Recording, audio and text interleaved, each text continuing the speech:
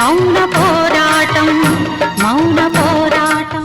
చెప్పాను కదా, ఎంతమందున్నా ఎవరికి చెప్పినా నువ్వు కావాలని నన్ను బ్లాక్మెయిల్ చేయడానికి ఇలా చేసావని చెప్తాను. ఇంత ఆలోచించిన వాణ్ణి నువ్విలా చేస్తావని నేను ఊహించలేనా? అందుకే నా పక్కన బలంగా మనుషులెవ్వరిని పెట్టుకోలేదు. ఎందుకంటే ఎదవలు వచ్చే లాభాన్ని ముక్కలు చేసి పంచేసుకుంటారు. అదే టెక్నాలజీని నమ్ముకుంటే మన లాభాన్ని ఎన్ని రెట్లు కావాలంటే అన్ని రెట్లు పెంచుతుంది. ఏంటి నువ్వనేది? ఇదిగో నీకొక వీడియో పంపిస్తున్నాను, చూడు. వీడియోనా? ఏంటది? నేను లైన్లోనే ఉంటాను, ముందా వీడియో ఓపెన్ చేసి చూడు.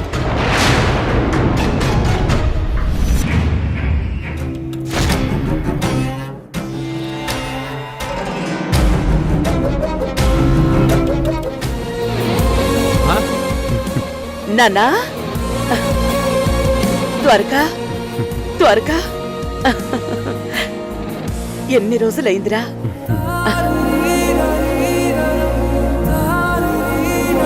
రే, మీరిద్దరూ నన్ను అమ్మా అని పిలుస్తుంటే నిజంగా మీరు నా కొడుకులన్నట్టే ఉంది. ఇన్నేళ్లుగా ఒక మగపిల్లాడు కూడా ఉంటే బాగుండేది అనిపించేది. ఇప్పుడు నాకు ఆ లోటు తీరిపోయింది. అమ్మా, నేను ఇన్ని రోజులు నేను వదిలి దూరంగా వెళ్ళడం చాలా కష్టంగా అనిపించిందమ్మా. కానీ జాబ్ కోసం తప్పలేదు. అది సరే, నువ్వేంట్రా ఇలా పీకుపోయావు? ఏం లేదమ్మా, నేను బాగానే ఉన్నాను. నాకు తెలీదా నువ్వెలా ఉన్నావో? అమ్మా, నేను ఇంకో సర్ప్రైజ్ గిఫ్ట్ తీసుకొచ్చాను. చచ్చాను. ద్వారక ఏదేదో అంటున్నాడు. ఇప్పుడు ఇక్కడ అవంతి కూడా లేదు. ద్వారక పోలీస్ అని తన దగ్గర చాలా జాగ్రత్తగా ఉండమని ముందే చెప్పింది. ఇప్పుడు నేనేం చేయాలి? ద్వారకకి దొరికిపోవాల్సిందేనా?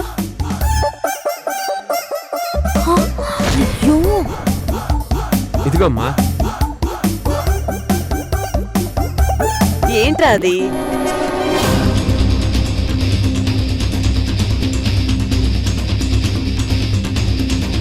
అత్తయ్య, నీ ముందు ద్వారక గిఫ్ట్ ప్యాకెట్ ఉంచాడు, తీసుకో. వచ్చేసావా? అమ్మయ్యా. ఇదిగో అమ్మా.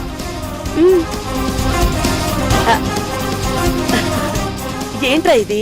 అమ్మా, కళ్ళు మూసుకొని ఆ కవర్ ఓపెన్ చేయి.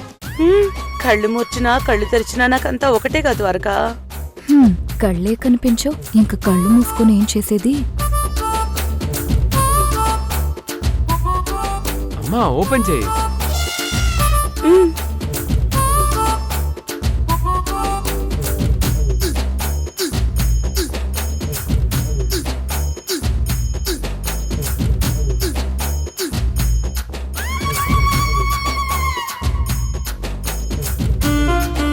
అయ్యో అత్తయ్య, అదో బుక్కు.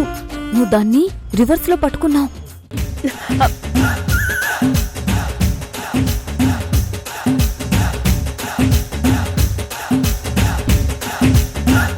అమ్మయ్యా, తెలివైంది మా అత్తయ్య. రే, ఏంట్రా ఇది? ఏదో బుక్లో ఉంది. అవునమ్మా, బుక్కే. బట్ ఏం బుక్కో తెలుసా? అయితే నిదానంగా కళ్ళు తెరిచి చూడు.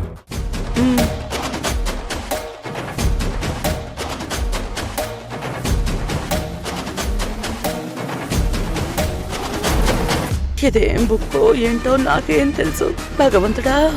అత్తయ్య, ఆ బుక్ ఇంగ్లీష్ నవల. మైకల్ కొనెలీ అనే ద లేట్ షో అనే పుస్తకం. దుర్గత్తయ్య అది చదవాలని అనుకుంటుంది. ఏమ్మా, ఎలా ఉంది గిఫ్ట్? అయ్యో, ఇప్పుడు ఏం చేయాలి? ఈ పుస్తకం పేరు నాకు నోరు తిరగదే. హాయ్ ద్వారకా, నీ పోలీస్ క్యాంప్ పూర్తయిందా? పూర్తయిందండి.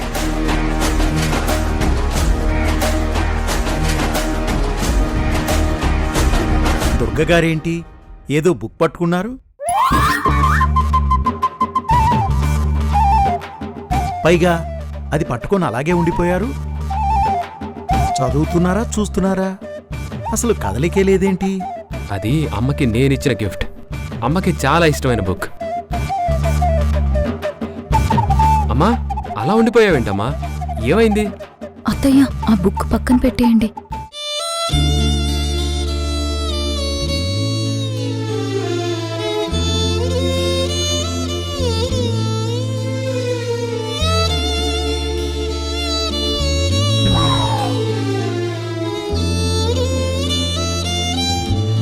అమ్మా, అమ్మా, ఇదేంటిది? బుక్కు పై పేజీలోనే మొత్తం కథంతా కనిపించిందా? కన్నీళ్లు పెట్టేసుకుంటున్నారు. మీరు కాస్తుంటారా? అమ్మా, ఏంటమ్మా ఇది? రే, నీకు ఈ అమ్మ అంటే ఎంత ప్రేమరా! ఎప్పుడో నేను చెప్పిన బుక్కుని గుర్తుపెట్టుకుని ఎప్పుడు తీసుకొచ్చావంటే నాకు ఏం చెప్పాలో అర్థం కాలేదురా. థ్యాంక్ యూ రా, థ్యాంక్ యూ నాన్న. అమ్మా, నువ్వింత హ్యాపీ అవుతావని నేను ఎక్స్పెక్ట్ చేయలేదమ్మా. నీ సంతోషాన్ని చూస్తుంటే నాకు చాలా చాలా సంతోషంగా ఉంది, గర్వంగా ఉంది. ఎందుకు? మీ అమ్మగారికి ఏదన్నా రాజ్యాన్ని గిఫ్ట్గా ఇచ్చినందుకా? రఘురామ్, ఏ తల్లి పిల్లల నుంచి రాజ్యాల్ని, మణుల్ని, మాణిక్యాల్ని కోరుకోదు? ఎందుకంటే తన పిల్లలే తనకి మణులు, మాణిక్యాలు అనుకుంటుంది గనక. తన పిల్లలెక్కడుంటే అదే తన రాజ్యం అవుతుంది గనక. కరెక్ట్, అంతే. అత్తయ్య దుర్గత్త ఇలానే ఫీల్ అవుతుంది. ఇంకా దుర్గ గారు కొడుకులు తెచ్చే నవల్స్ చదువుకుంటూ గడిపేస్తారనుకుంటా. నేనెందుకు చదువుతాను? అంటే చదవరా? అమ్మా, ఆహా, అంటే నేను ఖాళీగా కూర్చుని ఎందుకు చదువుతాను? నేను ఉద్యోగం చేసుకుంటూ చదువుతాను అంటున్నాను. అలాగే చదవండి. అమ్మా, నువ్వు ఇంకే జాబ్ చేయాల్సిన అవసరం లేదమ్మా. అదేంట్రా అలా అంటున్నావు? ఏమ్మా, నీ ఇద్దరు కొడుకులు చక్కగా జాబ్ చేస్తూ బాగా సంపాదిస్తున్నారు. ఇంకా నువ్వు కష్టపడ్డావేంటమ్మా?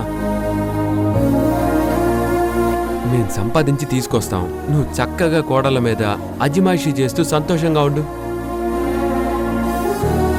రే, దుర్గెప్పుడైనా ఖాళీగా కూర్చుంటుందా? మీ సంపాదన మీద ఆశపడిందా? అది కాదమ్మా. దుర్గ ఎప్పుడూ ఏదో ఒక పని చేస్తూనే ఉంటుంది. మీరు ఆపకూడదు. సరేనమ్మా, నీ ఇష్టం.